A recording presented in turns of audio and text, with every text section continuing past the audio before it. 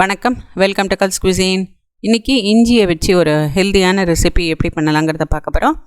இஞ்சி புளி இஞ்சின்னு சொல்லலாம். இது கேரளா ஸ்டைலில் எப்படி பண்ணலாங்கிறத பார்க்கலாம். இதுக்கு ஃபஸ்ட்டு ஒரு பவுல் எடுத்துட்டு அதில் ஒரு பெரிய எலுமிச்சை சைஸ் புளி அதை எடுத்துக்கலாம். இது மூழ்கிற அளவுக்கு ஒரு 2 கப்பு வெந்நீர் நல்ல சூடாக அதில் கொட்டலாம். கொட்டிட்டு அதை நல்லா மிக்ஸ் பண்ணிக்கலாம்.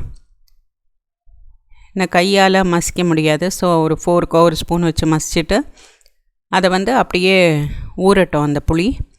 அடுத்தது இதுக்கு தேவையான இன்க்ரீடியன்ட்ஸ் 1.5 கப்பு இஞ்சி பொடியாக நறுக்கினது, தோலை சீவிட்டு 10 சின்ன வெங்காயம் கட் பண்ணது, கொஞ்சம் கருவேப்பிலை, பச்சை மிளகா 2. ஸோ முதல்ல ஒரு கடாயை அடுப்பில் வச்சு அது சூடான அப்புறமா ஒரு 4 டேபிள் ஸ்பூன் தேங்காய் எண்ணெய் தான் சேர்க்குறேன் நான். சேர்த்துட்டு இஞ்சி கட் பண்ணதை சேர்த்துடலாம். சின்ன வெங்காயம், பச்சை மிளகா, கருவேப்பிலை.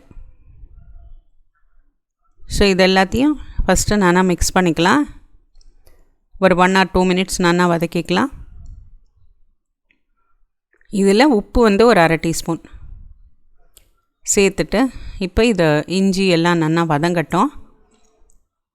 ஸோ இது ஒரு கோல்டன் கலர் வர அளவுக்கு வதக்கணும்.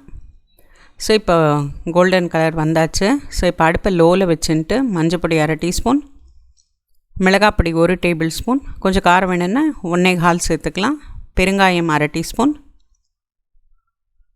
இதை ஒரு 30 செகண்ட்ஸ்க்கு நம்ம வதக்கிக்கலாம். கருகாமல் வதக்கணும்.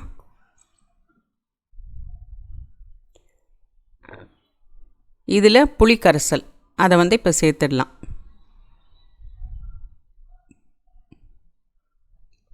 இப்போ இதை நல்லா மிக்ஸ் பண்ணி கொடுத்துடலாம்.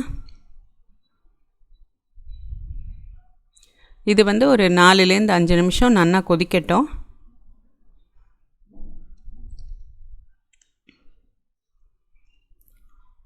இதில் 1/2 கப்பு பொடிச்ச வெல்லம் இல்லைன்னா நாட்டு சர்க்கரை எது வேணால் சேர்த்துக்கலாம். சேர்த்துட்டு இதை கலந்து கொடுத்துடலாம். நாட்டு சர்க்கரையோ வெல்லமோ அது நல்லா கரையிற வரைக்கும் இதை ஒரு மீடியம் ஃப்ளேமில் இப்போ நம்ம கொதிக்க வைக்கலாம். அப்பப்போ கிளறி விடலாம், ஏன்னா இது கன்சிஸ்டன்சி இன்னும் திக்காகணும். ஸோ இது அப்பப்போ கிளறி விட்டுக்கலாம். இப்போ இது திக்காகிடுத்து, எண்ணெயும் மேலே பிரிஞ்சு வந்துடுத்து. இப்போ இந்த டைமில் அடுப்பை நம்ம ஸ்விட்ச் ஆஃப் பண்ணிடலாம். பண்ணிவிட்டு ஆறின அப்புறமா ஒரு ஏர்டைட் கண்டெய்னரில் எடுத்து வச்சு யூஸ் பண்ணிக்கலாம். ஸோ நீங்களும் ட்ரை பண்ணி பாருங்கள். நம்ம இஞ்சி புளி சூப்பராக ரெடி ஆகிடுது. உங்கள் கமெண்ட்ஸ் எழுதுங்க. என்ஜாய். தேங்க்யூ.